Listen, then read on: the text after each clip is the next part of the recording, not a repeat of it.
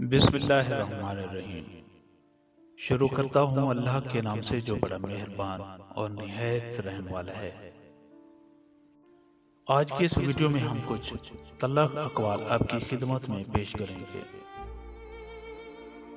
ہوس اور ہوس کی نیت سے ہٹ کر دیکھو، عورت سے اچھا دوست کوئی نہیں۔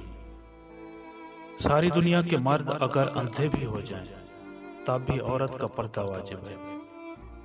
مرد اگر وفا کی ٹھان لے تو کبھی راستے میں چھوڑ کر نہیں جاتا۔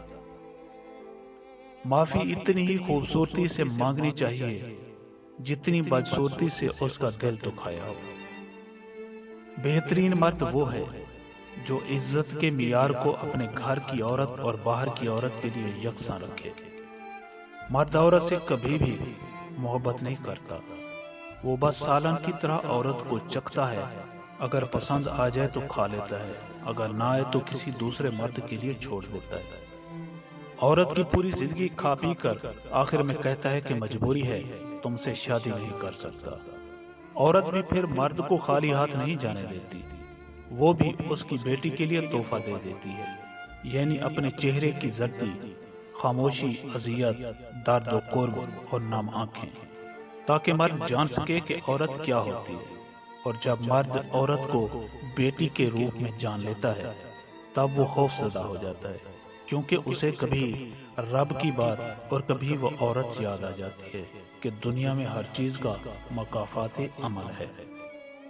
کسی کے دل میں محبت پیدا کر کے اسے چھوڑ دینا اسے قتل کرنے کے برابر ہوتا ہے۔ کھوئی ہوئی محبت کی یاد بڑی تکلیف دہ ہوتی ہے، کہیں کسی بھی وقت انسان کے دل و دماغ میں چھا جاتی ہے اور پھر آنسو بہائے بغیر اسے اپنی جگہ سے سرکنے نہیں دیتی۔ ماہر نفسیات کا کہنا ہے کہ دو قسم کے شوہر بیوی کو کبھی بھی خوش نہیں رکھ سکتے۔ بیوی ساری عمر پچھتاتی رہتی ہے، پہلا وہ جو ہوس کا پجاری ہو، دوسرا وہ جو بیوی سے زیادہ دوسری عورت کو اہمیت دیتا ہو۔